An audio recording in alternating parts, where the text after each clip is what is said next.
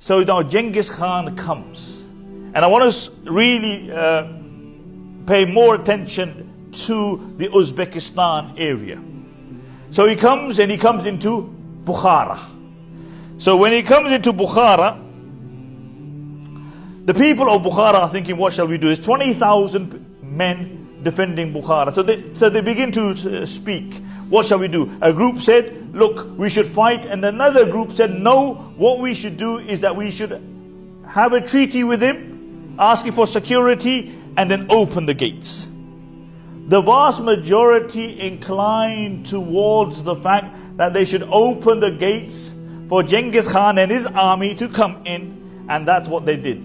So Qazi Badruddin had this responsibility. He went to Genghis Khan, he spoke to Genghis Khan, and he said to Genghis Khan, he said, look, if you give us security, we won't fight. So Genghis Khan said, okay, fine. Only 400 men held out in the one fortress. Eventually Genghis Khan had the Muslims of Bukhara assisting him, and they took that fortress and then they killed every single one. But this is where it begins. Genghis Khan goes past, and I visited this masjid. He goes past this masjid and he looks at this masjid and he says, this masjid, he said, is this the house of the king? Because, he didn't know what a masjid was. He said, is this the house of the king? They said, no, this is not the house of the king. This is a house of Allah. So salah is taking place. So imagine this. And really you got to be there, wallahi, to actually imagine this. So Genghis Khan now walks with his army into the masjid. Salah is going on. Genghis Khan says, kill the imam.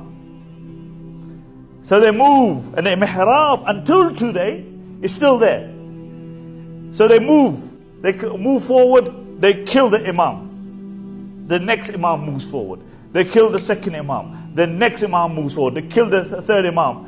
22 imams were martyred by the time Salah finished. 22 imams.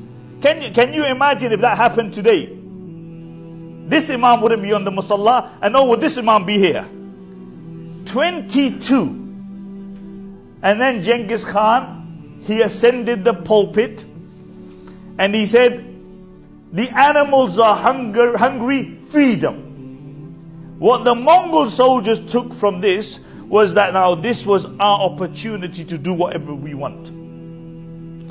Until today, in the courtyard, they have a monument which used to be a well. So they killed all the musallis in the masjid and they threw them into this well. That well, now they made it into a monument.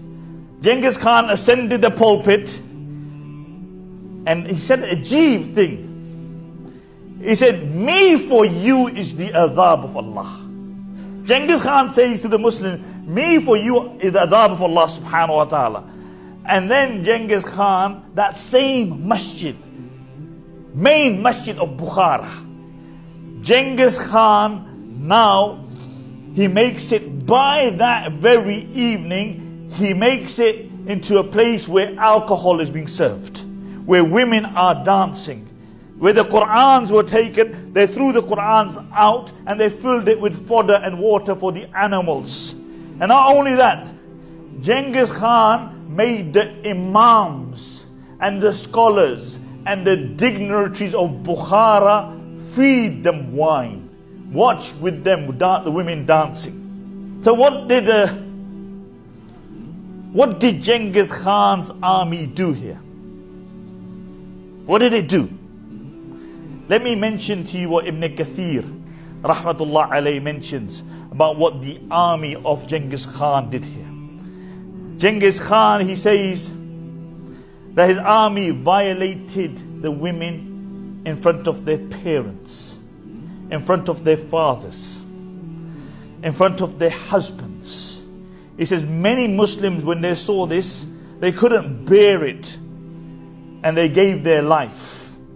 Ibn Athir, not Ibn Kathir, Ibn Athir was a very famous historian.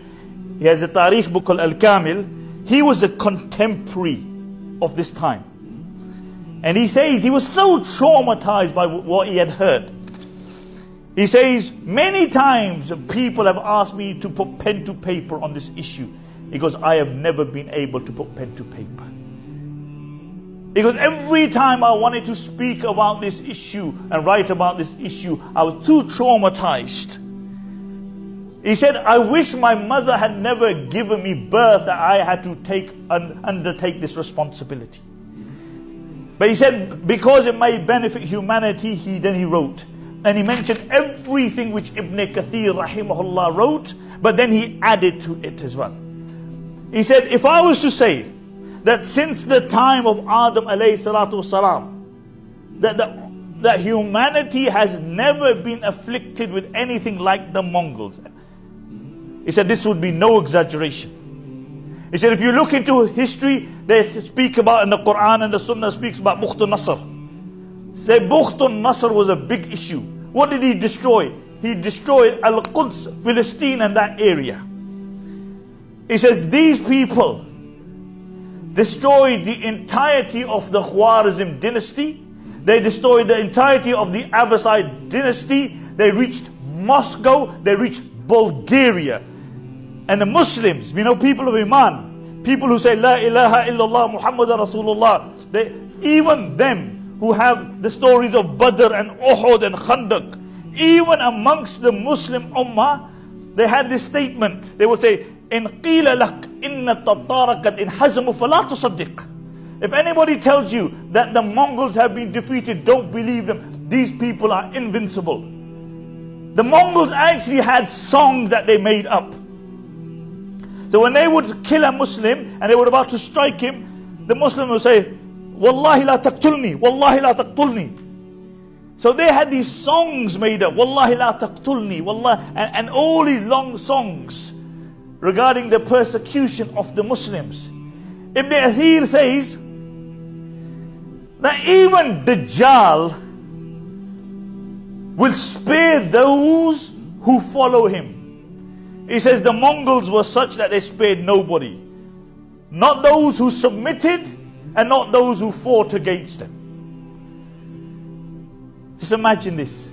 Bukhara, the place of Imam Bukhari, Imam Zamakhshari, Ibn Sina, many of the greatest minds of this ummah. Ibn Battuta says, I came 100 years to Bukhara after the Mongols had sacked it. He said, I found not one scholar. Not one scholar I found.